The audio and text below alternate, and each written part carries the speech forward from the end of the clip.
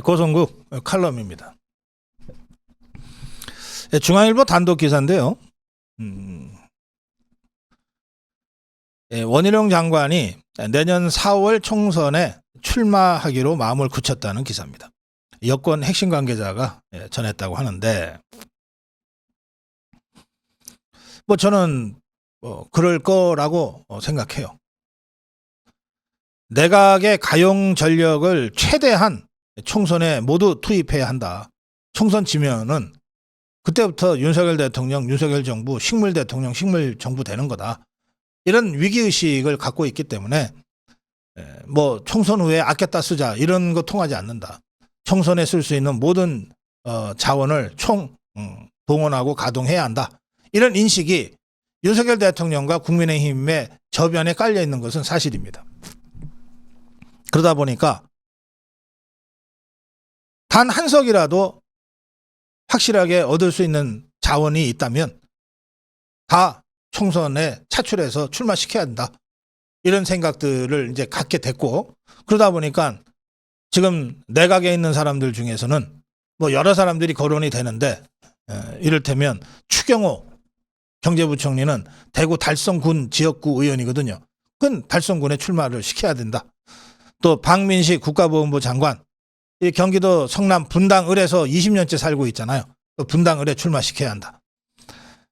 또 차관들 중에서는 그 해수부 차관하는 박성훈 차관, 원래 부산에서 부산시장 도전까지 했었던 사람이니까 부산 출마시켜야 한다. 쉽지 않은 지역들이 부산에도 많습니다. 또 문체부 2차관으로 얼마 전에 임명됐던 장미란 차관. 장미란 차관은 고향이 원주라서 원주에 출마시키든지, 아니면 장미란 체육관이 고양시에 있잖아요. 그러니까 고양시에 출마를 시키든지, 하여튼 뭔가 이런 식으로 전원 차출해서 출마시켜야 한다. 이런 분위기들이 지금 만들어지고 있습니다. 자, 그러던 상황에서 두 사람이 계속해서 우리 이 자유파 또 우리 국민, 일반 국민들의 관심사에 떠오르고 있어요. 한 사람은 한동훈, 한 사람은 원희룡입니다. 한동훈과 원희룡이 이 국민적 스타인 두 사람을 어떻게 전략적으로 배치할 거냐. 이게 이제 여권 입장에서는 굉장히 중요한 전략적 고민인 거죠. 그 상황에서 원희룡 장관에 대한 이야기가 오늘 중앙일보 단독 기사로 나온 겁니다. 그 내용을 보면 이렇습니다. 잔류 기류도 있었던 원희룡 장관이 최근 총선 출마 쪽으로 마음을 굳힌 것으로 안다고 하면서, 원희룡 장관과 가까운 한 인사의 말을 인용하고 있는데, 당에서 이재명 지역구인 인천 계양을에 원희룡 장관이 나가서 선거를 하는 것이 어떠냐, 이런 제안을 원희룡 장관한테 했고, 원희룡 장관은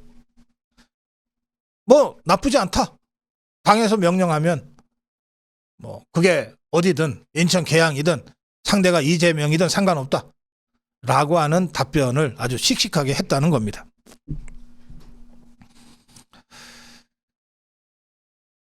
이게 여러 가지 이 의미가 있어요. 우선 첫째,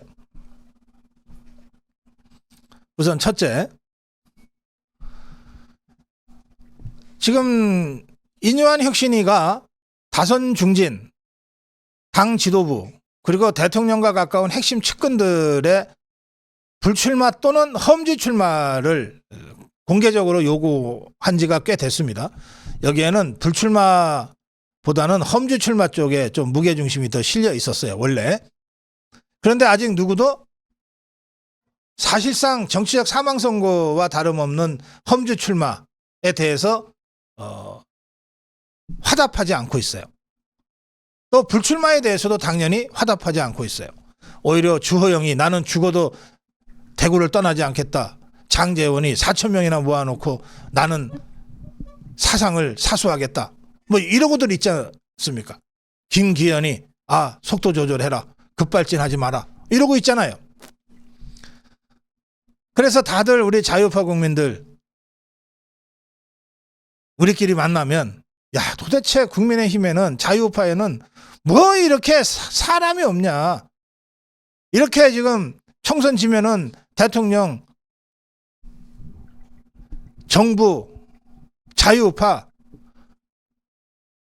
전부 다 망하고 죽게 생겼는데도 여전히 자기 국회의원 한 번 더 하는 거에 매달려가지고 내가 한번 험지 출마하겠다. 이런 용기 있는 사람 하나 어떻게 찾아볼 수가 없냐. 이런 한탄들을 우리 자유우파 국민들이 모이면 하고 있잖아요. 예, 이런 상황에서 원희룡 장관과 관련된 기사가 나온 거예요. 기사의 핵심 내용은 뭐냐면 험지 중에서도 가장 심한 험지인 거죠. 이 지역 상황으로도 인천 계양은 거의 우리가 이겨본 적이 없는 험지고 상대가 이재명이면 저쪽 진영 중에서는 제일 센 자 아니에요. 그러니 개항을 해서 이재명과 맞짱 뜨겠다. 뭐 당에서 명령하면 뭐 못할 것 없다라고 원희룡 장관이 답변을 했다면 그야말로 우리 자유우파 중에도 전사가 있었네. 이렇게 되는 거죠. 그 안철수 의원은 자꾸 이재명이한테 분당에 와서 붙자 자꾸 이러는데 그럴 일이 아니지. 저걸 잡으려면 호랑이 굴러 들어가야지. 호랑이를 잡으려면 호랑이 굴러 들어가야 되고 적장을 잡으려면 적 진영으로 필마 단계로 쳐들어가야지. 자꾸 나오라 해서 됩니까 그게. 그러니까 이 안철수가 분당에서 붙자고 얘기하는 건 거의 힘을 못 받잖아요. 그냥 무슨 코미디처럼 취급이 되는 반면에 원희룡이 개항을 해가서 내가 이재명 잡겠다 당에 명령한다면 지금 이런 흐름이라고 지금 보도가 되고 있는데 원희룡이 진짜 그런 말을 했는지 안 했는지는 제가 확인을 하지 않았기 때문에 단정적으로 얘기하는 거는 제가 좀 피하고 싶긴 합니다만 어쨌건 이 보도에 따르면 당에서 명령하면 인천 개항을 해가서 이재명 잡겠다는 건데 이런 사람들이 진짜 전사인 거죠. 자, 그러면 원희룡이 현역 국회의원도 아니고 장관으로 가만히 있으면 계속 장관하고 총리하고 할 수 있는 사람이 당이 명령한다면 내가 그게 어디라도 가서 어떤 험지라도 가서 장수를 내가 적의 장수를 치겠다. 이 정도 결기로 행동을 해버리면 그러면 다선 중진들, 당 지도부 인사들, 친윤 핵심들 이 사람들 뭐가 되는 겁니까? 그야말로 쫄짱부들 되는 거 아닙니까? 이게 국민의힘에 던지는 충격파는 엄청나게 클 수 있어요. 이게 현실화된다면. 그다음에 두 번째, 이 원희룡이라는 인물을 보면 이 오전 5승 좌파와의 이 선거에서 오전 5승을 기록하고 있어요. 오전 5승. 양천구가 결코 쉬운 선거구가 아닌데 이게 강북에 있는 선거구인데 이 양천구가 강남이긴 하군요. 한강 남쪽이죠. 목동이니까. 이 양천구에서 좌파를 상대로 국회의원 선거 3번에서 3번 다 이겼어요. 그다음에 제주도지사, 제주도가 지금 우리 국회의원이 하나도 없습니다. 이게 20년, 30년 전에는 정말 자유파의 텃밭처럼 있었지만 그 20, 30년 동안에는 전부 좌파들이 다 국회의원 하고 했던 곳인데 그 제주도에서 한 번은 우리 국민의힘 이름으로 당선, 한 번은 무소속으로 당선. 상대는 다 좌파예요. 그래서 좌파랑 싸운 5번의 선거에서 한 번도 지지 않고 오전 5승을 한 상승 정치인이에요. 그래서 선거를 할 줄 알 뿐만 아니라 이기는 방법을 아는 사람이에요. 정치권에서는. 그렇게 통합니다. 저는 그래서 인천 계양을 해서 이재명이와 원희룡 장관이 붙는다면 저는 원희룡 장관이 이기는 쪽에 걸 거예요. 적어도 5.5 대 4.5 정도로 결국은 원희룡이 이길 거다. 그렇게 저는 예측합니다. 지금 이재명이 방탄 때문에 대선 지자마자 국회의원 나가고 당대표 되고 그거 가지고서 앞세워서 재판 지연시키고 온갖 짓들을 다 하는데 선거에서 이겨서 방탄 국회의원 방탄 배지를 떼버리면 얼마나 속이 시원할까요? 그 순간 이재명의 이 사법 리스크는 바로 현실화될 거예요. 그렇게도 많은 사람들이 이재명이 언제 잡아갑니까? 문재인은 언제 잡아갑니까? 그러고들이 있는데 그 이재명을 잡는 가장 손쉬운 지름길은 원희룡이 개항을 해서 이재명을 잡아버리는 거예요. 그래서 국회의원 배지를 법적으로가 아니라 정치적으로 떼버리는 거예요. 그 순간 정말 전국 전체가 요동칠 겁니다. 그다음에 한 가지 더 있습니다. 자, 막상 원희룡이 이재명 잡으러 개항을 해 간다고 칩시다. 그러면 그 순간 전국 최대 관심 지역이 될 수밖에 없어요. 거의 모든 언론이 인천 개항에 상주하면서 이재명과 원희룡 대 이재명의 선거를 중계방송하듯이 하게 될 겁니다. 당연히 원희룡이 한 15%, 20% 뒤처진 상태에서 시작되겠죠. 레이스가. 그리고 마지막에 아마 1%, 2% 정도 차이로 정말 극적인 드라마틱한 역전승을 거두는 그림을 저는 지금 그리고 있는데 이 드라마틱한 이 게임이 벌어지는 동안에 이재명이가 인천 계양을 바깥의 지역을 단 한 번이라도 나갔다 올 수 있을까요? 지면 죽는 건데, 지면 감옥 가는 건데. 그리고 원희룡이 맹추격을 지금 하고 있는 상황에서 이재명이가 당 대표랍시고 여기저기 다니면서 유세도 해줘야 되는데 그걸 할 수 있을까요? 못합니다. 3년 전에 황교안이 바로 그 종로의 덫에 걸려버렸어요. 종로에 들어간 순간 단 한 발짝도 종로 바깥으로 나와서 같은 당의 이 후보들 지원 유세를 한 번도 못했어요. 이재명이 마찬가지로 그렇게 될 겁니다. 지가 나 다른 지역에 유세하고 올게요라고 여유 부릴 상황이 못 돼요. 당장 지가 떨어지고 감옥 갈 판인데. 그래서 이재명이를 개항을 해 꼼짝 못하게 붙잡아 두는 효과가 있을 거예요. 그러면 저 더불어민주당에 그래도 개딸들을 데리고 다니는 이재명이가 있는데 이재명이가 개항을 해 딱 발 묶이면 이재명 대신에 누가 지원 유세하고 다닐 만한 사람이 도대체 누가 있겠어요? 거기는 진짜 지휘관 없는 이 오합지졸의 군대가 돼버리는 거예요. 반면에 우리는 여전히 한동훈 카드 살아있잖아요.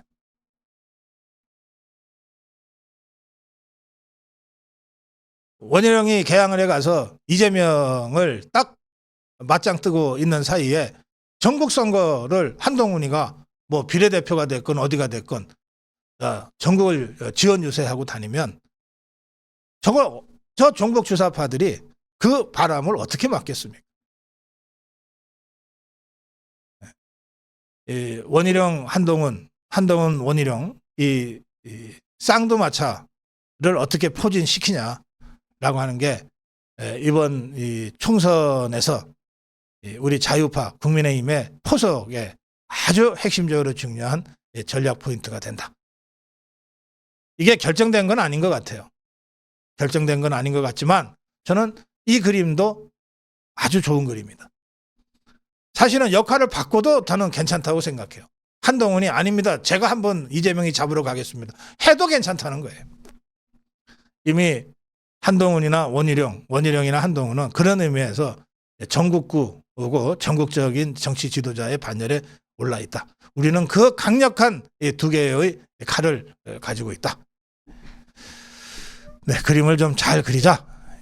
이 말씀을 제가 고성국 칼럼에서 말씀드립니다. 네, 고성국 칼럼이었습니다. 네. 네, 고성국 칼럼입니다. 이거 좀 심각한 얘기인데, 이거 제가 흥분 안 하고 해야 되는데. 예.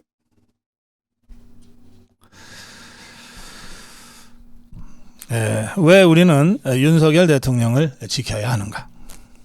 윤석열 대통령이 개인 윤석열이 아니라서 그렇습니다. 윤석열 대통령은 우리 자유우파의 대표자이고 자유우파의 상징입니다. 김건희 여사 또한 그렇습니다. 우리 자유우파는 지금 저 종북 주사파들의 뜻하지 않은 기습을 받아서 마치 하마스의 기습처럼 기습을 받아가지고 박근혜 대통령을 잃어버린 정말 뼈아픈 실패의 역사를 갖고 있어요. 그런데 이 우리에게 뼈아픈 이 실패와 치욕의 역사는 저 종북 주사파들에게는 승리의 기억이고 환희의 기억이에요. 야, 우리도 이렇게 하니까 정권을 탈취할 수 있구나. 우리도 이렇게 하니까 대한민국을 우리 마음대로 주물럭거릴 수가 있구나. 그래서 저 종북 주사파들은 탄핵의 추억으로부터 벗어나지 못합니다.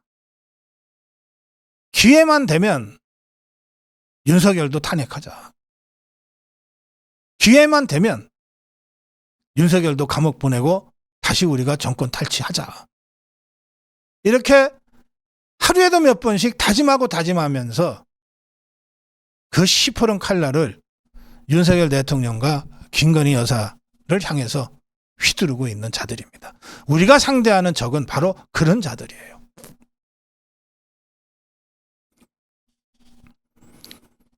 이재명이가 어디 개인 이재명입니까? 그자가 성남시장을 할 때부터 깊이 커넥션이 구축됐던 두 세력이 있지 않습니까? 하나는 성남의 조폭들, 또 하나는 성남 지역을 기반으로, 성남 용인 지역을 기반으로 활동했던 경기 동부연합,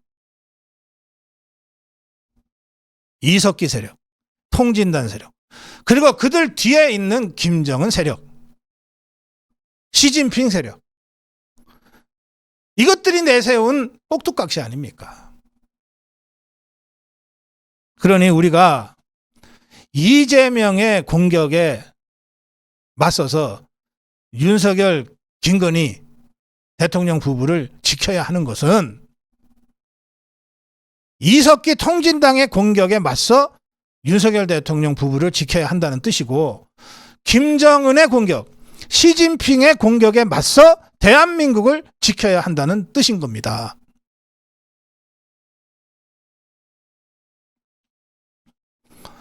이재명이 지지자들을 개딸이라고들 자기들끼리 부르잖아요. 근데 여러분, 참 이상하죠? 여러분, 개딸들의 얼굴을 제대로 보신 적이 있나요? 있습니까? 이것들이 얼굴을 안 보여요. 우리 자유우파, 태극기, 광화문 애국 세력은 아무리 종북 주사파 문재인 정권의 탄압이 가혹할 때라도 당당하게 우리 얼굴 비추고 이름 내걸고 투쟁했습니다. 당당하게 했어요. 그러다가 많은 분들이 2만여 명 넘는 분들이 계좌 추적도 당하고 수많은 분들이 고초를 겪었지만, 그러나 한 번도 숨어서 뒤에서 익명성 속에서 가면 쓰고 한 적이 없어요. 그런데 저것들은 달라요. 저 개딸들의 얼굴을 제대로 본 적이 없습니다. 여러분들은 아마 그러실 거예요. 전부 다 숨어 있어. 저 뒤에 뭐가 있는지 알 도리가 없어요. 수만 명 모인다 그랬는데 100명, 200명이 고작이에요. 그런데 시끄러워. 이게 우리가 아는 정상적인 정치 집단이 아니라고 저는 생각합니다.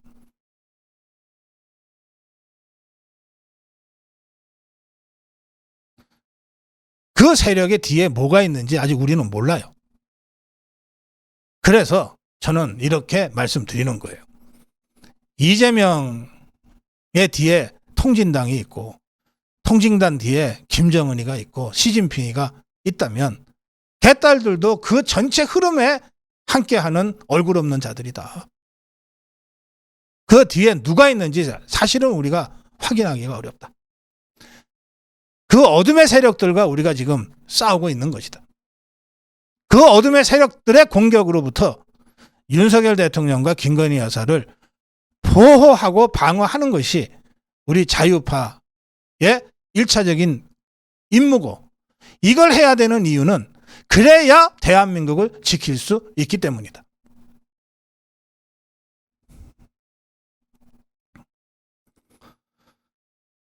이 정치판에도 말이죠. 이게 상식이라는 게 있습니다. 여러분들이 민간 영역에서 회사에서 입사를 해서 그 회사의 사장이 되는 동안에 그래도 한 2, 30년 정도 거쳐야 될 과정이 있듯이, 대학원 석사 과정에서부터 시작해서 유명 대학의 교수가 될 때까지 한 30년, 40년간에 거쳐야 될 과정이 있듯이 정치판에도 그런 게 있어요. 정치판에도. 초선 의원이 어느 날 갑자기 대권 주자가 되고 이러지 않는다고요. 초선 의원이 되는 것도 쉽지가 않지만 초선 의원이 되기 전에 국회 보좌관 경험을 할 수도 있고 도의원이나 이런 지방의회 활동을 할 수도 있고, 또는 각계 어느 분야에선가 두각을 나타내서 영입될 수도 있는데, 이 사람이 영입될 때까지 그러면 그 다른 영역에서는 놀았냐고요. 10년, 20년 뭔가 그 분야에서 최고로 인정받기 위한 각고의 노력이 있었을 것 아닙니까? 그렇게 해서 초선 의원이 되는 거예요. 초선 의원이 대권 주자로까지 가는데 얼마나 많은 그 힘든 과정이 있습니까?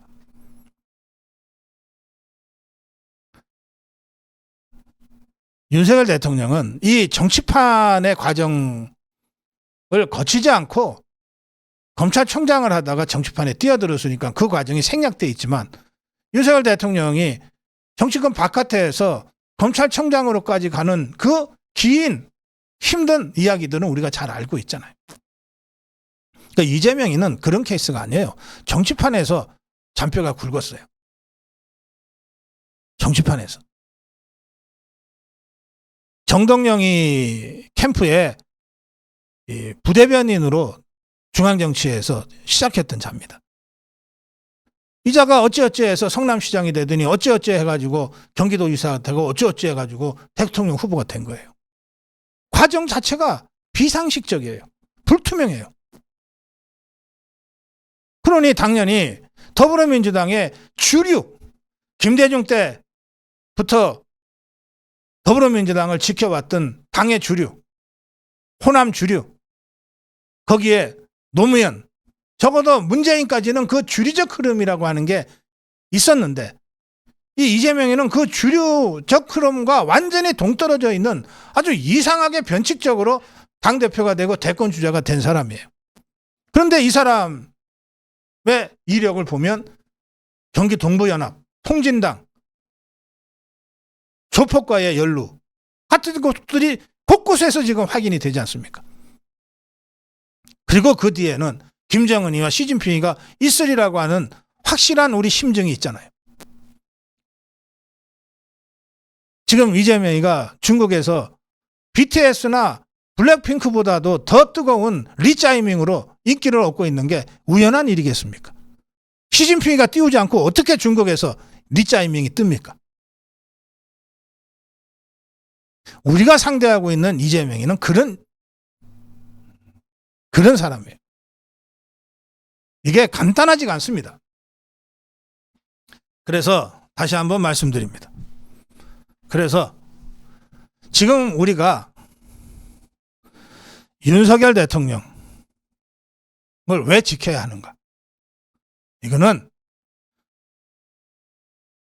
김정은, 시진핑, 또 그 종북 주사파 세력의 앞잡이 노릇을 하고 있는 통진당 잔존 세력, 마침내 그 맨 앞에 꼭두각시 하고 있는 이재명 세력과의 전쟁이기 때문에, 체제 전쟁이기 때문에, 그 체제 전쟁에서 우리 쪽의 지휘부이기 때문에 윤석열 대통령을 지켜야 하고 김건희 여사를 지켜내야 하는 겁니다.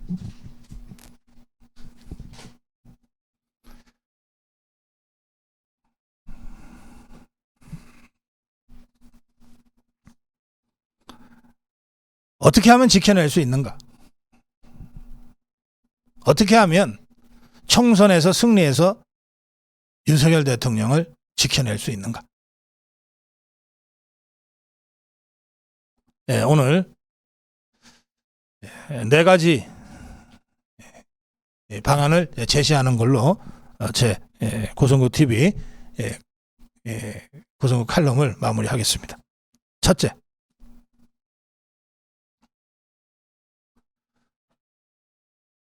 대통령의 지지율 관리를 지금부터 착실하게 해나가야 됩니다.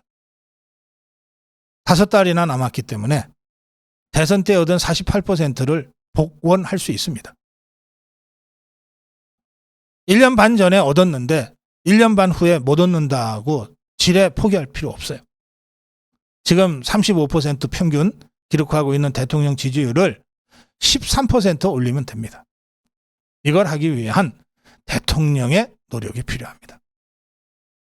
대통령이 국민과 진짜 마음을 열고 더 자주, 더 깊이 만나야 돼요. 형식은 다양해요. 뭐 기자회견도 있을 수 있고 현장에서의 간담회도 있을 수 있고, 또 필요하면 정제된 형태의 도어 스태핑을 다시 할 수도 있어요. 형식은 여러 가지가 가능한데 핵심은 뭐냐? 국민들이 윤석열 대통령의 진심을 느낄 수 있도록 하면 된다는 거예요. 윤석열 대통령의 진심을 느낄 수 있게 해야 된다는 거예요.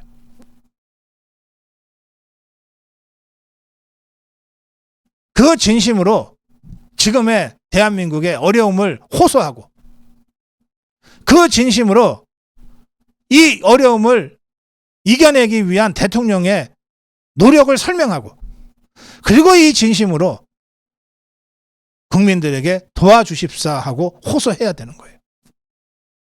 그러면 국민들이 응답할 거다. 이게 첫 번째입니다. 이걸 제대로 기획할 수 있는 대통령실 홍보 기능의 확대 강화가 필요합니다. 그냥 이거 대통령 개인기에 맡길 일이 아니에요. 제발 좀 대통령실 다른 거 안 해도 돼. 이거 하나는 좀 제대로 해주기를 제가 강력하게 촉구합니다. 두 번째는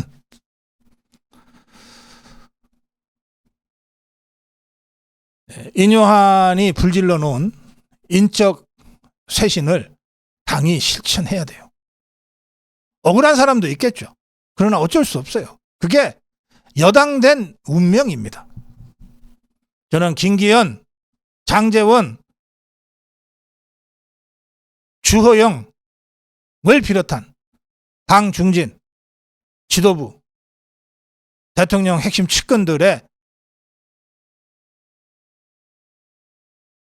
조건 없는 불출마, 깔끔한 불출마 또는 험지 출마를 강력하게 촉구합니다. 이게 없으면 쇄신은 실패하는 거예요. 쇄신 실패해놓고 총선 승리 어떻게 기대할 수 있습니까? 세 번째는 총선 출마를 위해서 대통령실 그리고 정부에 많은 자리들이 비게 돼 있어요. 그 빈 자리에 대통령 얘기대로 나하고 관련 없는 사람이라도 그 분야 최고를 발굴해서 영입하라. 넌 말대로 제대로 된 능력 위주의 대탕평 인사를 보여줘야 됩니다. 대통령과 가까워서 대통령이 편해서 능력도 안 되는데 자격도 안 되는데 임명됐다. 이런 소리가 더 이상 나오지 않도록 해야 됩니다. 이번에는 진짜 대통령이 변했구나. 라고 하는 이야기들이 인사를 보고 국민들 입에서 나오도록 만들어야 됩니다. 인사를 통해서 감동을 줄 수 있어야 돼요. 그다음에 네 번째입니다. 제가 며칠째 논평하고 있습니다만 우리 자유파의 히든 카드를 이제 꺼낼 때가 됐어요. 원희룡, 한동훈. 두 쌍두마차를 이제 전면에 배치할 때가 됐습니다. 두 사람 다 몸풀기를 하고 있는데 타이밍은 잘 잡아야 되겠지만 원희룡, 한동훈, 한동훈, 원희룡 이 두 사람을 어떻게 전략적으로 배치하는가에 따라서 선거판 전체를 우리가 주도할 수 있습니다. 이런 전략적 판단을 정말 여권의 최고의 전략가들이 깊이 숙고하고 전체 그림 4월 10날 총선까지 가는 전체 그림 속에서 좀 잘 디자인하고 배치하길 바랍니다. 이 네 가지 조치가 있어야 우리가 총선에서 승리할 수 있습니다. 이 네 가지 조치는 총선 승리의 필요 충분 조건입니다. 이걸 통해서 총선 승리하지 못하면 정권 내놓을 수밖에 없다는 각오로 임해 주실 것을 윤석열 대통령과 범여권의 우리 자유파의 주요 지도자들 모두에게 강력하게 그리고 아주 절박하게 호소합니다. 네, 고성국 칼럼이었습니다. 네, 고성국 칼럼입니다. 제가 오늘도 고성국 칼럼에서 좀 심각한 말씀을 드려야 되겠습니다. 결론부터 말씀드리면 김대기 대통령실 비서실장의 즉각적인 용퇴를 제가 요구하고 촉구합니다.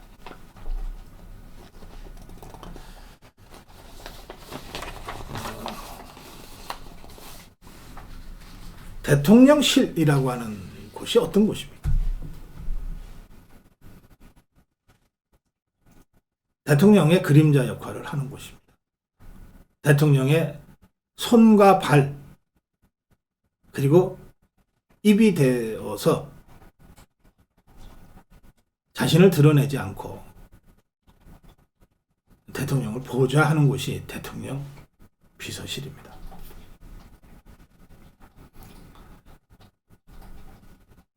여러분, 누구에게나 물어보십시오.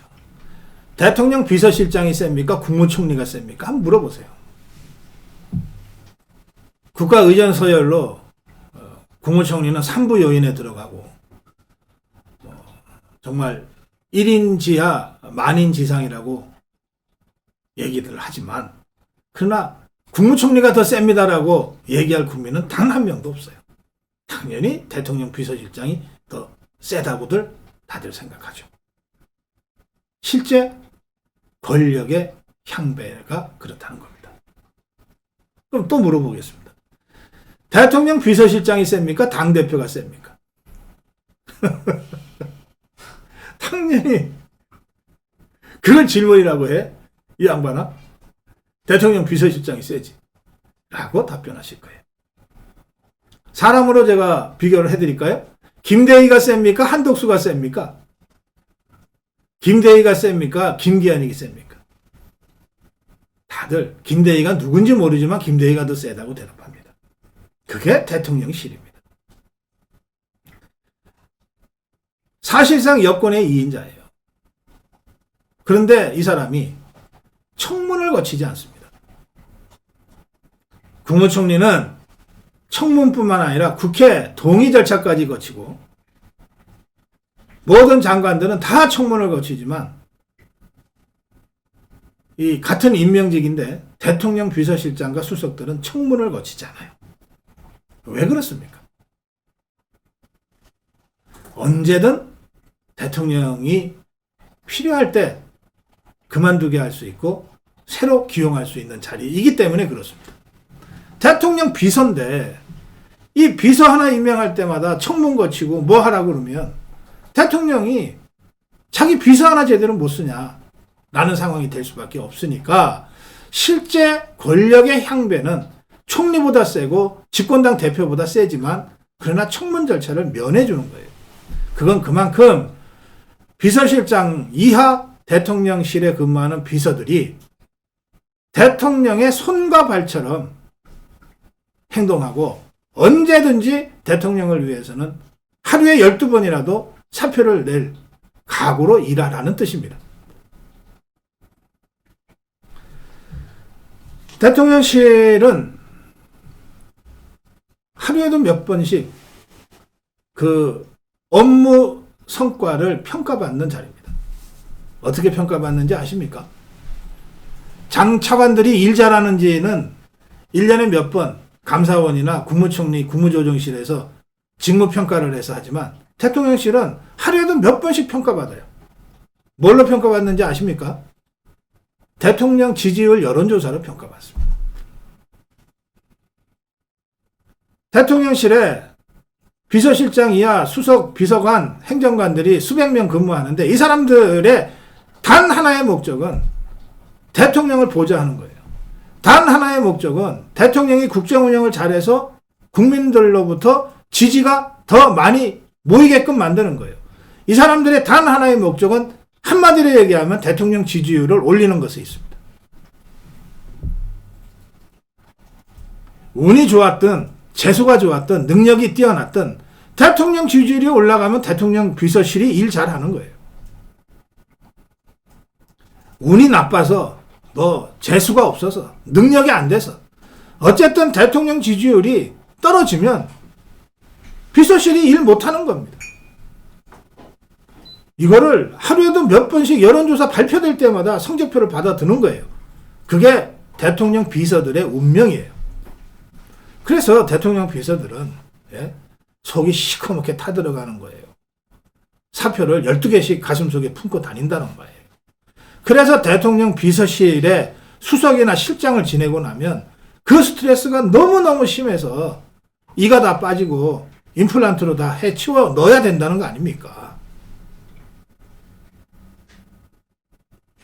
자, 이제 윤석열 대통령이 취임하고 1년 7개월 지났어요. 5월부터 따져서 점수를 우리가 수없이 많이 받았습니다. 평가를. 지금 윤석열 대통령의 1기 대통령실 김대기 실장이 처음부터 지금까지 비서실장을 하고 있잖아요. 이 성적은 지지율 30%대예요. 책임을 져도 진작에 졌어야 될 성적표예요. 보십시오. 이 대선을 사실상 불복하고 있는 이재명 세력 때문에 그렇다고 우리가 설명은 하지만 어떻게 대통령 지지율이 선거 때 얻은 48%보다 15% 가까이 떨어져 있습니까? 원래 대통령 선거 때 안 찍었던 사람도 대통령에 선출이 되고 나면 기왕에 대통령이 됐으니 좀 잘해주시면 좋겠다 라고 하는 희망을 섞어서 지지율이 올라가게 돼 있어요. 이게 임기 말도 아니잖아요. 집권 1년차, 2년차에 내내 30%대 심지어 20%대까지 떨어지는 이 지지율을 가지고 고생하고 있잖아요. 국회 입법부로부터 어떠한 도움도 받지 못하고 있는 윤석열 대통령이 국정을 운영하려면 유일하게 국민적 지지밖에 없는데 이 국민적 지지가 여론조사로 나타나고 있는 지금의 현실 속에서 여론조사 지지율이 계속해서 30%대 때로는 20%대까지 나오는 것은 윤석열 대통령이 거의 국정 운영의 동력을 확보하기 어려운 상황이었다는 것을 보여주는 겁니다. 상황이 이렇게 됐는데도 대통령실에서 누구 하나 책임지는 사람이 없어요. 책임을 느끼는 사람도 없어요. 그냥 대통령만 힘들고 애가 달아서 그냥 막 동분서주. 그리고 그걸 바라보는 우리 자유파 국민들만 애가 달아 있어요.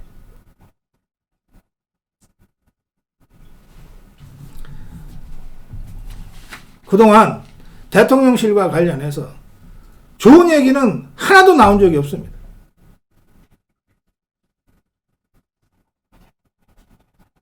인사 때마다 검증 실패 얘기가 나와요. 인사를 했다 그러는데 보면 결과적으로 이런저런 문제점들이 청문회에서부터 터져 나온단 말이에요. 그러면 대통령실에서 인사의 최고 책임자가 누굽니까? 대통령실에 인사위원회라는 게 있어요. 검증은 뭐 법무부에서 뭐 한동훈이 한다고 칩시다. 한동훈 장관 아래에 있는 검증단에서 검증한다고 칩시다. 이게 쭉 모여서 대통령실에서 최종적으로 이 사람 장관으로 추천해도 되겠습니다. 아니면 이 사람 모두 해도 되겠습니다라고 하는 최종적인 결정은 어디서 하냐 그러면 인사위원회에서 해요. 그 인사위원회 위원장이 누굽니까? 김대기 비서실장입니다.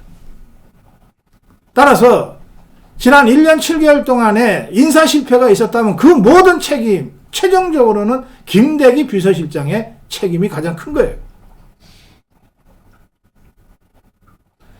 홍보팀이 제대로 작동 안 한다는 이야기 벌써 1년 전부터 끊임없이 나오고 있어요. 시민사회 수석실이 제대로 작동 안 된다는 얘기도 나왔어요. 그것도 1년 넘습니다.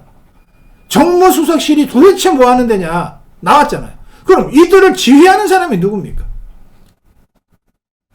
이진복 정무수석, 김은혜 홍보수석, 강승규 시민사회 수석을 지휘할 책임이 있는 사람이 누구냔 말이에요. 대통령이 그걸 일일이 다 직접 합니까? 비서실장이 그거 하라고 있는 거예요. 대통령 비서실에 지난 1년 7개월 동안에 온갖 난맥상의 최종적인 실무적 책임은 김대기 실장한테 있는 겁니다. 김대기 실장이 책임 못 지겠다 그러면 윤석열 대통령이 직접 책임지는 수밖에 없어요.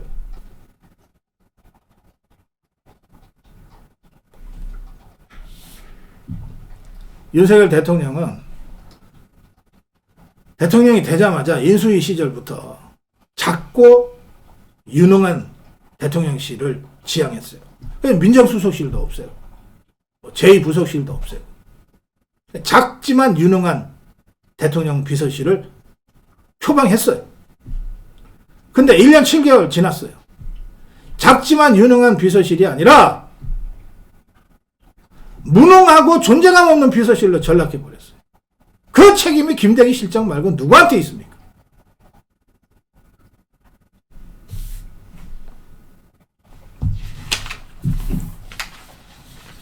일요신문에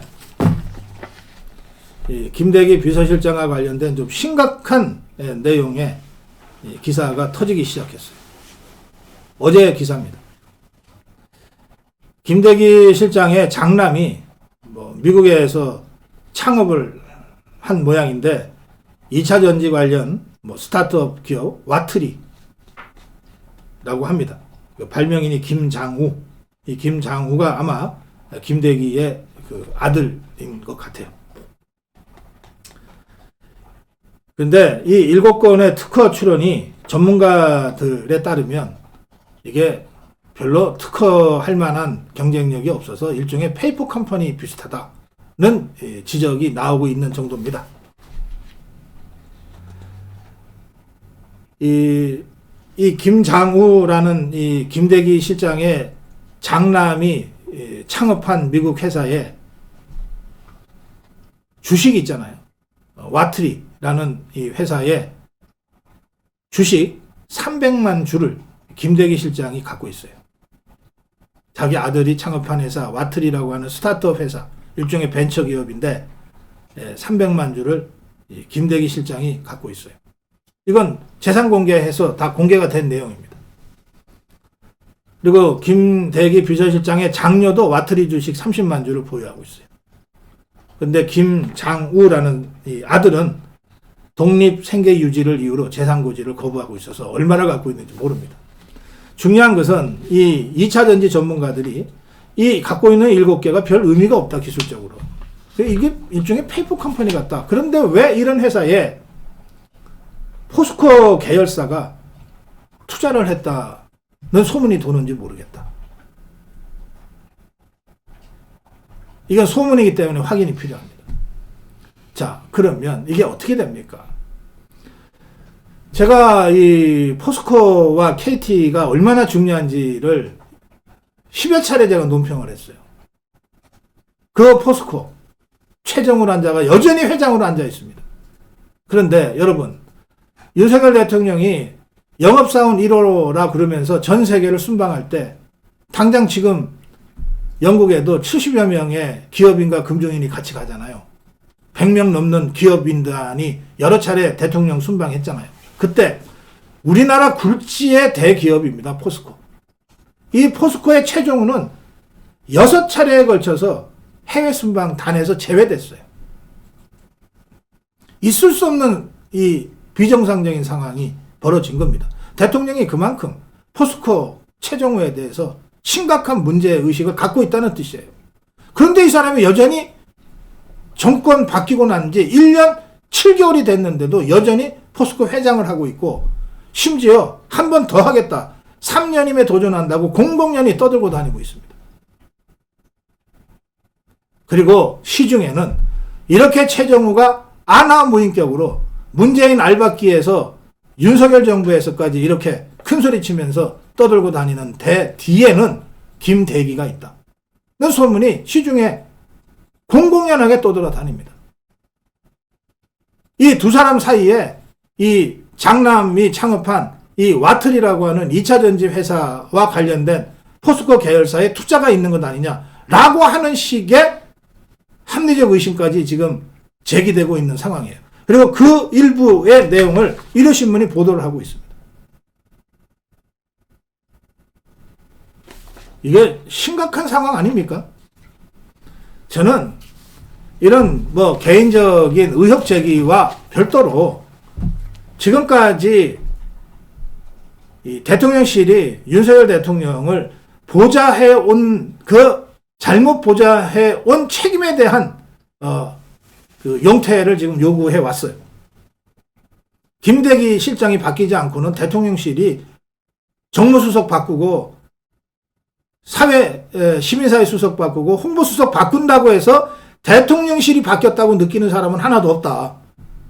김대기 비서실장을 바꾸지 않으면 대통령실을 안 바꾸는 것이다 라고 제가 말씀을 드렸고, 그래서 가장 책임이 큰 김대기 비서실장을 즉각 교체해야 된다는 주장을 제가 여러 차례 했는데, 제가 이 주장을 오늘 고성국 칼럼에서 다시 한번 하게 된 것은 이 일요신문의 기사를 보면서 먼저 교체하지 않으면 이런 이 의혹 때문에라도 지금 상황이 심각하게 될지도 모르겠다는 걱정 때문에 제가 이 문제를 다시 제기하는 겁니다. 사실관계 확인이 급하게 필요합니다. 사실관계 확인을 최대한 신속하게 하고, 조금이라도 이 보도된 내용이 사실이라면 이것에 대한 책임을 묻는 차원에서라도 즉각 교체를 해야 되지만, 그걸 떠나서 이미 1년 7개월간의 윤석열 대통령, 윤석열 정부의 가장 책임 있는 이 임명직 대통령 비서실장으로서 윤석열 대통령을 잘못 보좌함으로써 발생한 이 최근의 이 여러 가지 어려운 정치적 상황에 대한 정치 도의적 책임을 지고 즉각 영퇴할 것을 제가 촉구하는 겁니다. 예방적 조치라고 저는 생각하고 이 문제를 고성국 칼럼에서 정면으로 다루고 있는 겁니다. 김대기 실장의 깊은 자기 성찰과 결단을 기대하겠습니다. 고성국 칼럼이었습니다. 네. 오늘 고성국 칼럼은 예고해드린 대로 우리 자유파의 일대 문화 대개조의 첫 번째 문제 제기를 좀 제가 하려고 합니다. 문화가 중요하다는 것은 뭐 제가 더 이상 설명드리지 않아도 알 겁니다. 문화가 중요합니다.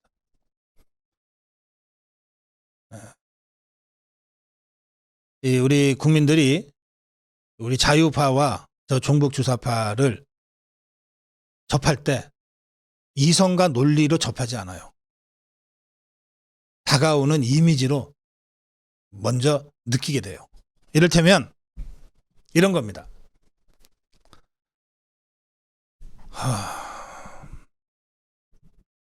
압구정 하면 뭐가 떠오릅니까?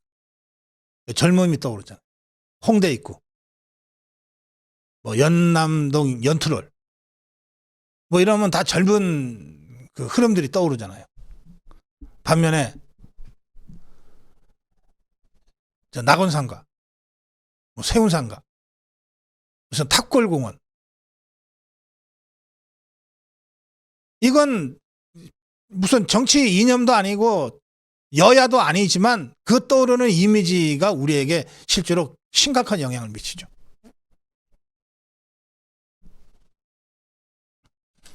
그런 의미에서 지금 우리는 문화전쟁 중입니다. 그런데 이 문화전쟁은 이미지와 스토리이기 때문에 사실이 아니라 이 가짜뉴스와는 또 좀 다른데 허구가 힘을 발휘하는 공간이에요. 허구. 이게 역사가 아니라, 그러니까 난픽션이 아니라 픽션이 힘을 발휘하는 영역이 이 문화 영역이라는 거예요. 이 픽션을 우리가 가짜뉴스다, 괴담이다 이렇게 접근할 수가 없잖아요. 그래서 우리가 어려운 겁니다. 저 공산당 종북 주사파들은 150년 동안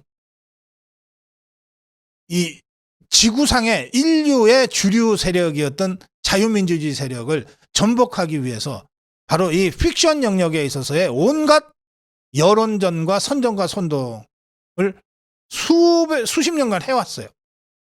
그래서 이 픽션 영역에서, 문화 영역에 있어서의 이 스토리텔링과 픽션을 만들어 나가는데 우리 자유우파보다 훨씬 더 경험이 많습니다. 그래서 이 영역, 이 문화 영역에서 우리가 싸움을 하려면 저들이 만들어내는 이 픽션에서의 허구적 영역에서의 이미지와 끊임없이 싸움을 해 나가야 되는 거예요. 예를 들어 보세요. 저 종북 주사파들이 퍼뜨리고 있는, 아마 오늘도 어제 무슨 뭐 영화가 개봉이 되고 막 그러는데, 보면 우리 보수 자유파 그러면 독재자, 장기 집권, 폭력 막 이런 거를 연상시키는 수많은 영화들과 드라마들이 만들어지고 있어요.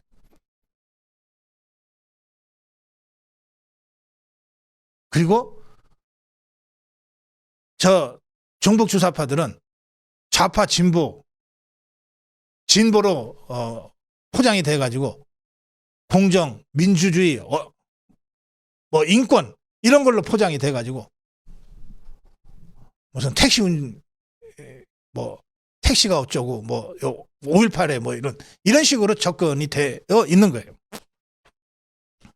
그래서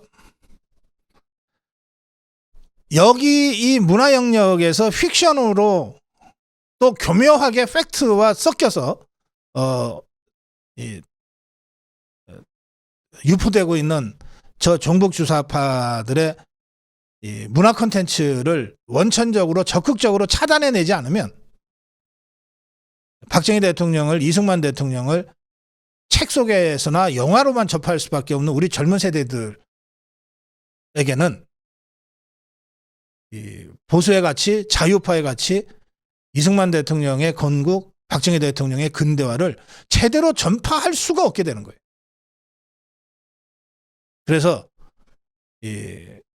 우리 자유파도 일대 문화전쟁을 시작하자.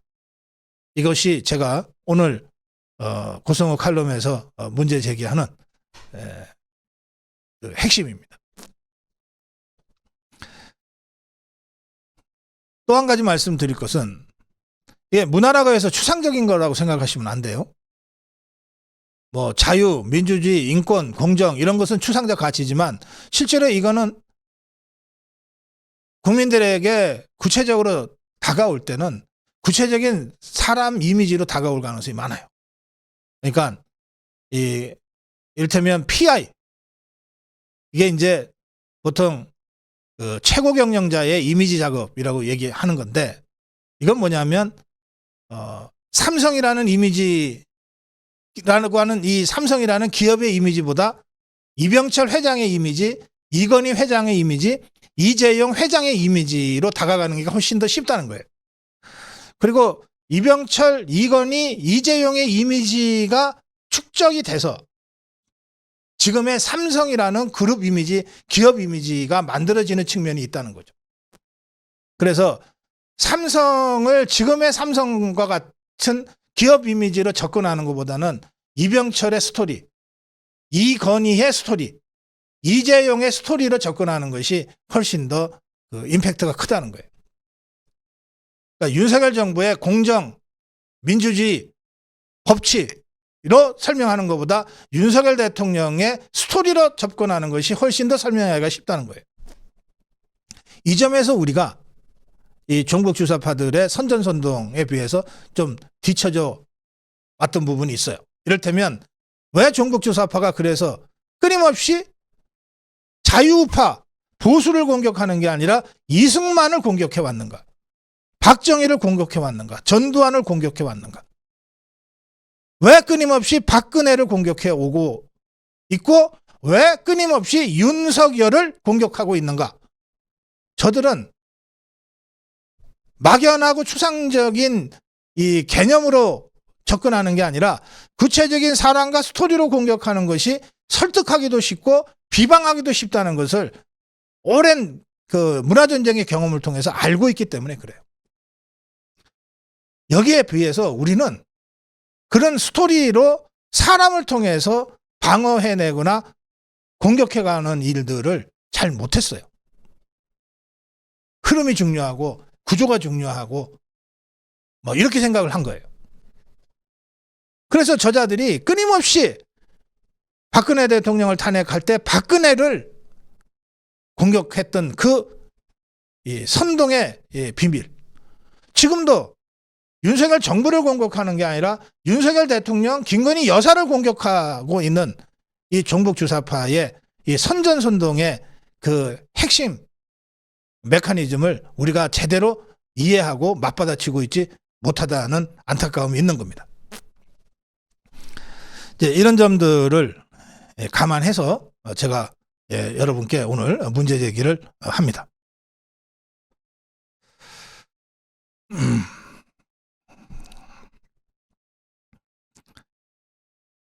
사실 팩트를 놓고 보면 이승만 대통령 장기 집권했다 그러지만 1948년부터 60년까지니까 12년 했어요. 박정희 대통령 그러면 다 장기 집권으로 좌파들이 프레임 걸고 있는데 1961년부터 시작해서 79년까지 대통령 하면 63년부터지만 61년부터 집권했다 치고 18년이에요. 이걸 장기 집권이라고 그러고 있어요. 그런데 스탈린은 32년 집권했습니다. 호치민은 25년 집권했고 마오쩌둥은 28년 집권했어요. 김일성이는 47년을 집권했어요. 김정일이가 18년 집권했고 카스트로가 47년을 집권했어요. 초세스쿠가 25년을 집권했어요. 장기 집권으로 따지면 저 공산당 저 공산주의자들에 비해서 우리 자유파는 정말 잽이가 안 돼요. 그런데 이승만, 박정희 그러면 장기 집권이라는 이미지가 먼저 확 오는 거예요. 반면에 종북 주사파 그러면 47년이나 집권한 김일성이를 얘기하는 사람이 없단 말이에요. 28년이나 집권한 마오쩌둥을 얘기하는 사람이 없단 말이에요. 피델 카스트로 47년이나 집권했는데 저 공산당들이야말로 진짜 장기 집권 독재자들이다라고 반박하는 사람들이 없단 말이에요. 이제 이런 전쟁을 우리도 본격적으로 해야 된다는 게 제 생각이에요.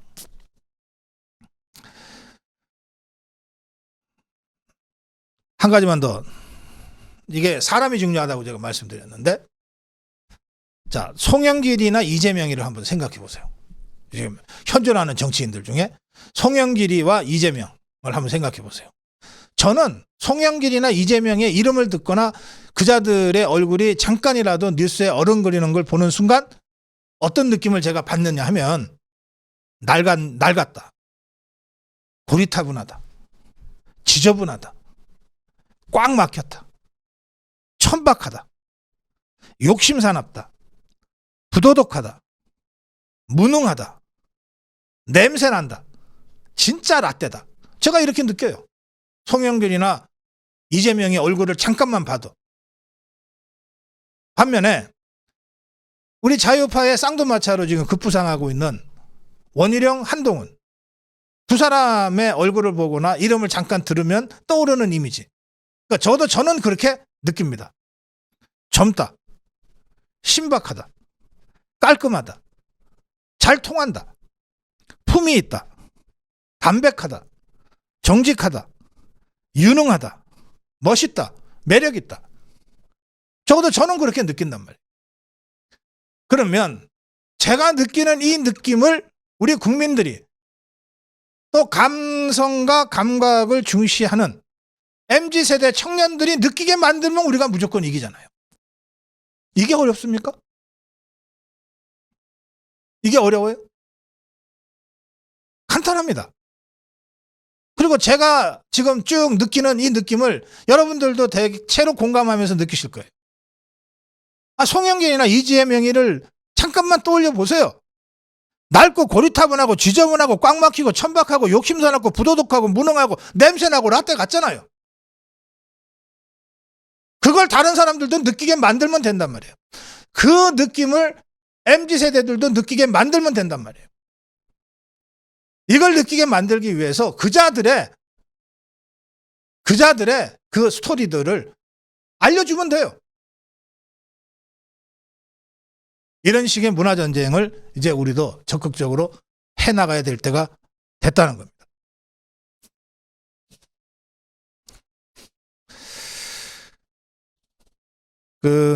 엊그저께 종북 주사파들이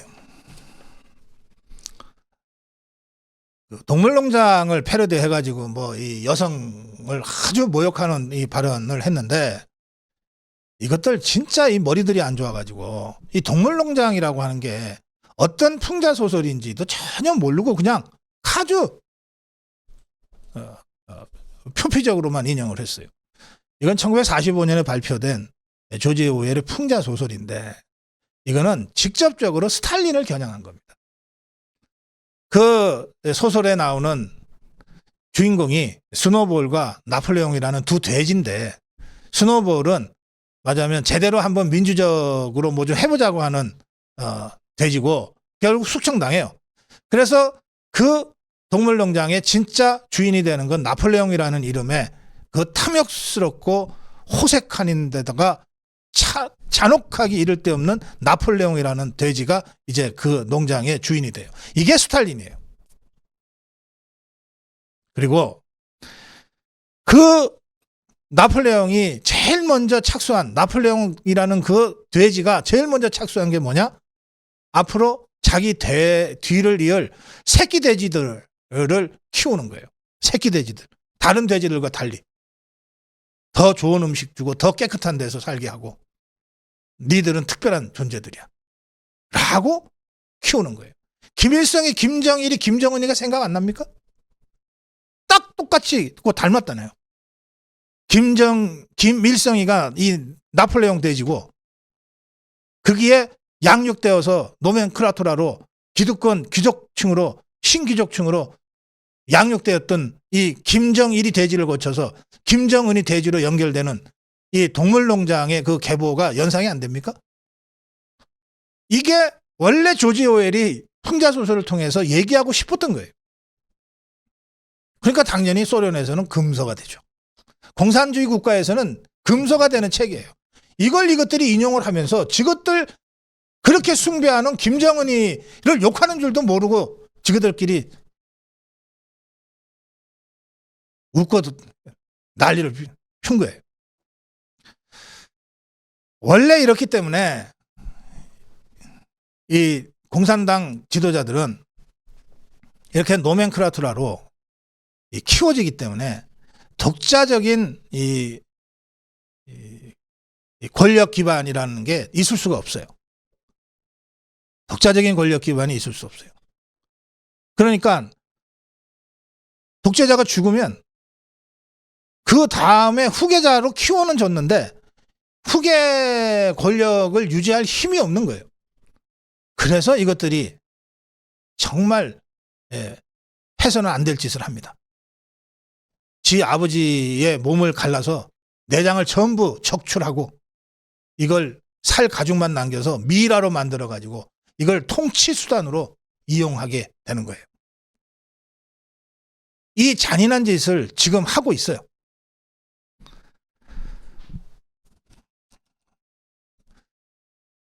수천 년 전에 그 이집트의 미라 얘기하는 거 아닙니다. 금색이 들어와서 최초의 미라가 된 불쌍한 자가 누구냐면 레닌입니다. 레닌은 죽을 때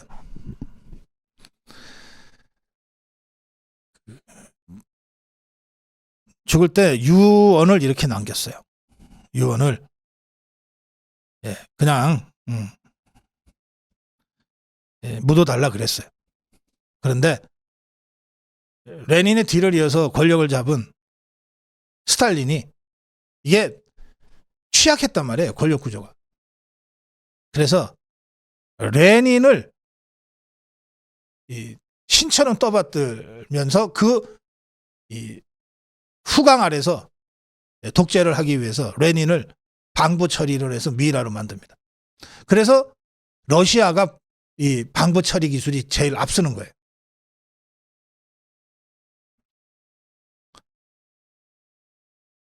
이 레닌을 시작해서 레닌으로 시작이 돼서 지금도 미라로 남겨져서 그 후계자들의 권력 유지의 수단으로 이 전락한 이 정말 불쌍한 이 인간들이 누구냐? 레닌이 그렇고 스탈린이 그래요. 스탈린은 자신의 권력을 위해서 레닌을 미라로 만들고 지도 죽은 다음에 미라가 됐어요.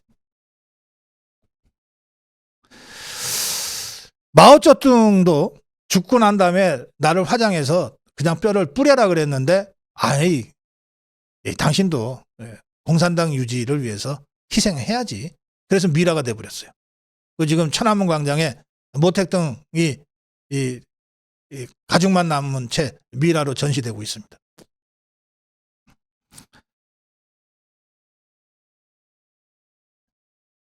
이건 미라로 만드는데 한 100만 달러 정도 든답니다. 러시아 기술이 최고인데 그 러시아 기술팀들이 미라를 만드는데 한 100만 달러 든대요. 그리고 유지 보수하는데 1년에 한 80만 달러 정도 든답니다. 이런 짓들을 하고 있어요.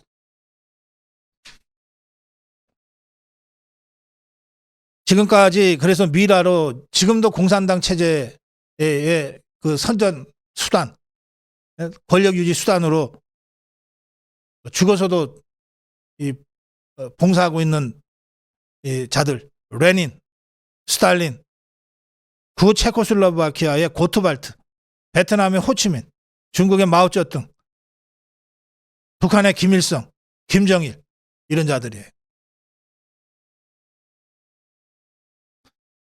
그 미라를 많은 사람들이 보고 왔을 겁니다. 뭐 천안문 광장에 가면 쭉 줄 서갖고 1시간 정도 줄 서서 들어가서 멀리서 모택동이 한번 보고 나오는 거고, 호치민도 그런 식으로 해서 뭐 한 1시간 2시간 줄 서갖고 보고 나오는데, 저는 뭐 욕지기가 나서 토할 것 같아서 제가 간 적이 없어요. 그런데 갔다 온 분들이 하나같이 하시는 말씀이 그 분위기가 진짜 묘하다는 거예요. 이게 뭐 방부제로 덕지덕지 해가지고 냄새 안 나게 처리를 했는데 그 냄새가 그렇게 역겹고 그 분위기가 정말 이게 연옥이 있다면 아마 이런 걸 거다 싶은 그런 분위기 이를 느끼면서 몸소리를 치면서 나왔다. 다들 그럽니다. 그 중에서도 부자가 미이라가 된 거는 북한이 최초입니다. 아버지 아들이 다 미이라가 돼서 그 손자인 김정은이의 이 인류 사상 가장 가혹한 이 독재 정권을 뒷받침해주고 있어요. 뿐만 아니라 저 북한은 김일성이 때부터 영생을 꿈꿔가지고 진시황 이후 처음으로 김일성을 위한, 김일성이 영구히 살 수 있도록 하기 위한 연구소를 수천 명의 연구원을 동원했다가 운영을 했어요. 만수무강연구소. 이런 게 공산주의고 이런 게 종북 주사파들이에요. 이걸 우리 청년들이, 학생들이 과연 알까요? 알고서도 이재명 할까요? 알고서도 리짜이밍 할까요? 알고서도 김정은이 스마트한 사람이라고 할까요? 문화전쟁은 품위 있고 고상한 게 아닙니다. 가장 적나라한 거예요. 가장 적나라한 거라고. 인간의 저 밑에 치부까지 드러내야만이 문화전쟁이 가능한 거예요.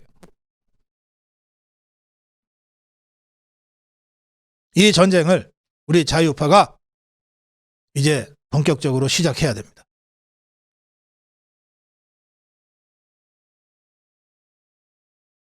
네, 고성국 칼럼이었습니다. 네, 고성국 칼럼입니다. 좌파와의 문화전쟁 제2탄입니다. 좌파의 도덕적 타락을 폭로하라. 제가 어제 좌파와의 문화전쟁 1편을 보내드렸는데 오늘 류근일 선생이 뉴데일리에서 바로 이 문제, 좌파의 도덕적 타락을 폭로하라는 취지의 칼럼을 올렸습니다. 제 문제의식하고 근본적으로 같다고 제가 느껴서 류근일 선생의 칼럼을 먼저 전해드리고 제 생각을 몇 가지만 덧붙이겠습니다. 자, 류근일 선생의 칼럼입니다. 근래 한국에서 유행한 말 가운데 가장 도덕적 우위를 과시한 단어는 진보라는 두 글자일 것이다. 이 진보라는 마패만 휘두르면 무슨 짓을 해도 면제된다는 그런 전제가 따라붙었다. 진보는 곧 특권이었던 셈이다. 그리고 이 특권의식에는 금기의식은 필요 없다고 하는 뜻도 담겨있다. 금기의식이 없으니까 점잖음, 교양, 이건 예사로 무시될 수밖에 없다. 다시 말해서 무렵의 망나니 문화가 대한민국 좌파의 제2의 속성처럼 자리 잡게 된 것이다. 자칭 진보 쪽, 정부 주사파 쪽 정치인들의 막말은 끝없이 이어지고 있다. 김은경이라는 50대 말에 불과한 젊은이는 류근일 선생 입장에서는 새파랗게 젊은 것이죠.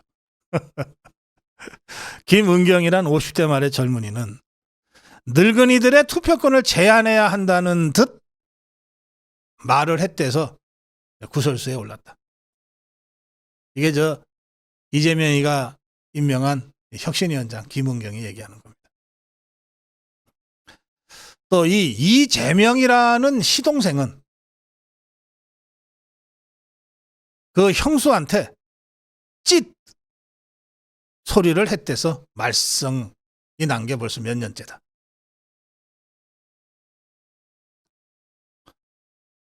또 최강욱이라는 수컷은 암컷이란 말을 썼대서 지금 시비에 휩쓸렸다. 또 송영길이라는 늙은 사람은 한동훈 장관을 어린 X라고 불러서 물의를 일으켰다.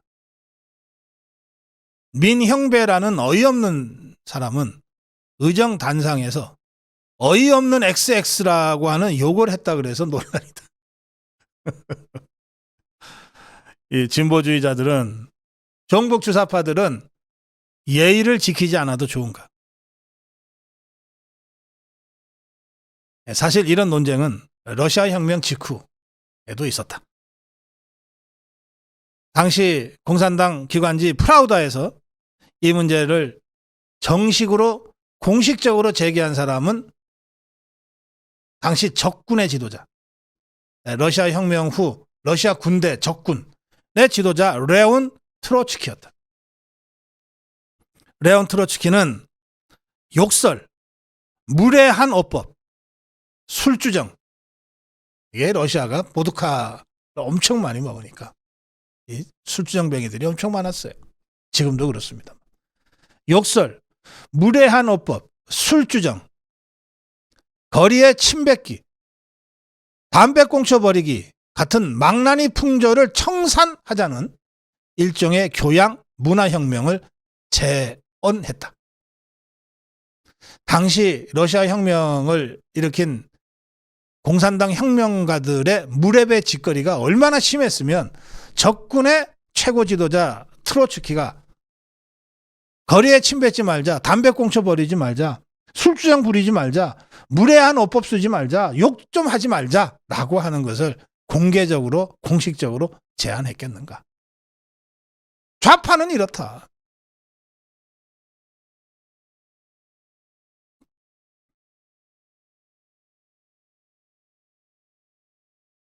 네. 앙령, 까라마조프가의 형제들, 죄와벌, 우리나라 좌파들도 아주 좋아하는 소설들이죠. 이 소설들에 보면 러시아 혁명가들의 악마적 타락상이 그대로 적나라하게 드러난다. 이 앙령, 까라마조프가의 형제들, 죄와벌, 도스토옙스키의 작품인데, 이 죄와벌의 주인공으로 나오는 청년은 이렇게 되뇌이죠. 나 같은 선진적 엘리트는 수준노 노파 하나쯤 죽여도 괜찮지 않냐.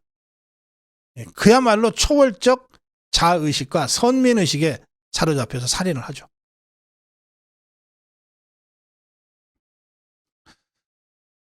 당시 러시아 혁명가들의 이 선민의식과 악마적 타락상이 엿보이는 장면이라는 겁니다. 그런가 하면 1960년대 미국의 그 뉴레프트, 반전 운동을 했던 뉴레프트 운동은 결국은 좌익 플러스 히피 청년 문화로 전락했고, 그 히피 문화가 보여줬던 극도의 외설성과 퇴폐성은 지금 생각해도 정말 낯뜨거운 짓거리들이 많았다. 그런데 1980년대 한국의 극단적 운동권, 종북 주사파 운동권 일각에서도 비슷한 일이 있었다. 얼마 전에 시인 최영민은 좌익 거물급 이 외설 사례들을 폭로한 바 있다.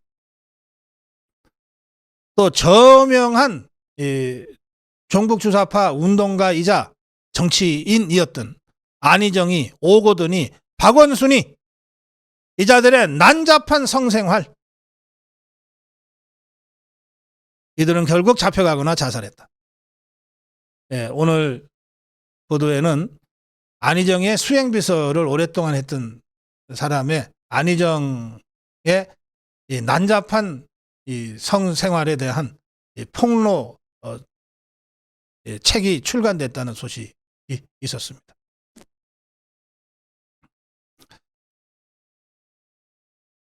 이게 좌파들은 다 그렇다고 단정짓기는 좀 그렇다. 이자들이 예외적인 사람들일 수도 있지만 어쨌든 근래의 이 좌파, 종북 주사파 운동권은 이제 남은 건 악밖에 없다라는 투로 적나라하게 그 미천을 드러내고 있는 인상이다. 한 줌의 지성도 없는 순우악, 순깡, 순악다구니, 순 쪽과의 휘두르기, 순 막가자. 이들이 젊었을 때는 독재에 저항함내하는 그럴싸한 명분이라도 있었다. 그러나 이젠 그것도 다 우려먹었다. 그들은 한낱 탐욕스럽고 저질스러운 권력 지상주의자들로 전락했다.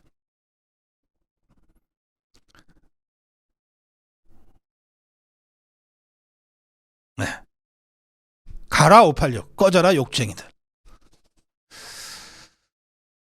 유근일 선생의 칼럼을 제가 전해드렸습니다.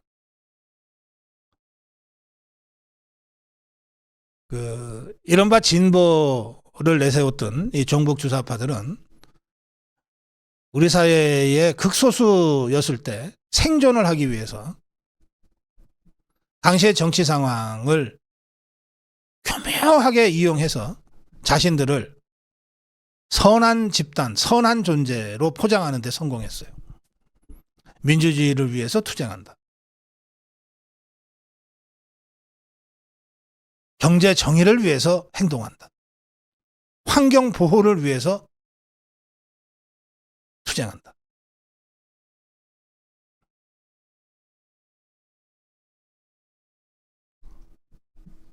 그리고 그게 일시적으로 우리 대한민국 국민들의 눈과 귀를 현혹시키는 데 성공했어요. 보십시오. 그 과정에서 이자들이 만들어낸 단체 보십시오. 민주주의 어쩌고 저쩌고 하는 민변, 참여 연대 어쩌고 하는 참여연대, 노조 이름에도 민자를 붙여서 민주를 붙여서 민노총이라고 하잖아요.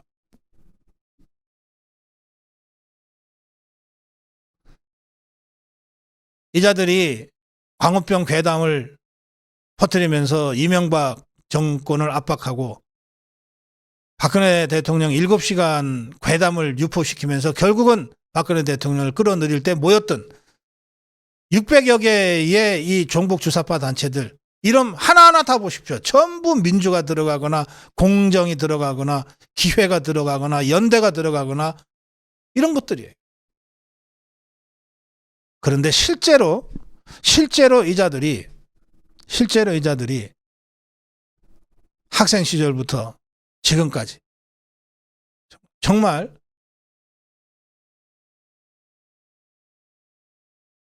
자신의 먹거리를 위해서 단 한 번 손에 흙 묻혀본 적도 없고 땀 흘려본 적도 없으면서 그야말로 우리 사회에 기생 세력으로 무의도식하면서 이 선전선동짓만 해온 겁니다. 그러면서 좋다는 명분, 좋다는 단어들은 전부 자기들이 다 독점해왔어요. 큰 장벽 아래서 온갖 도덕적 타락이 있었습니다. 대선 주자급으로까지 세상에 떠받들려진 박원순이의 4년 이상에 걸친 상습적인 성폭력 범죄를 보십시오. 또 다른 대선 주자로 각광을 받던 안희정이라는 자의 수년간에 걸친 그 난잡한 사생활을 보십시오. 수행비서가 오죽하면 그걸 폭로하는 책을 썼겠습니다.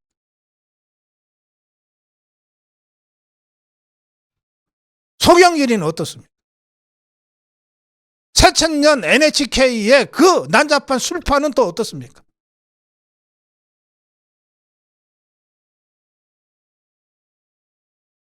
이재명이의 입에 쳐 담을 수도 없는 그 천박한 그 말들은 또 어떻습니까?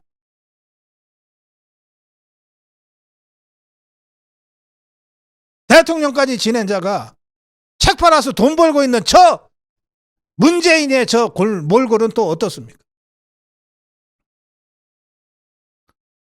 나라를 망치고 집안 전체를 망가뜨리면서도 여전히 얼굴 쳐들고 다니는 저 조국이의 파렴치함은 또 어떻습니까? 종북 주사파들의 도덕적 파탄이에요.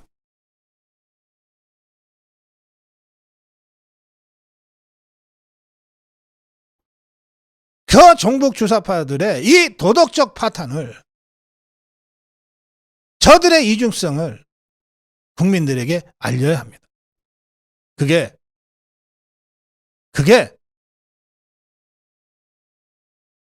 제2의 문화전쟁입니다.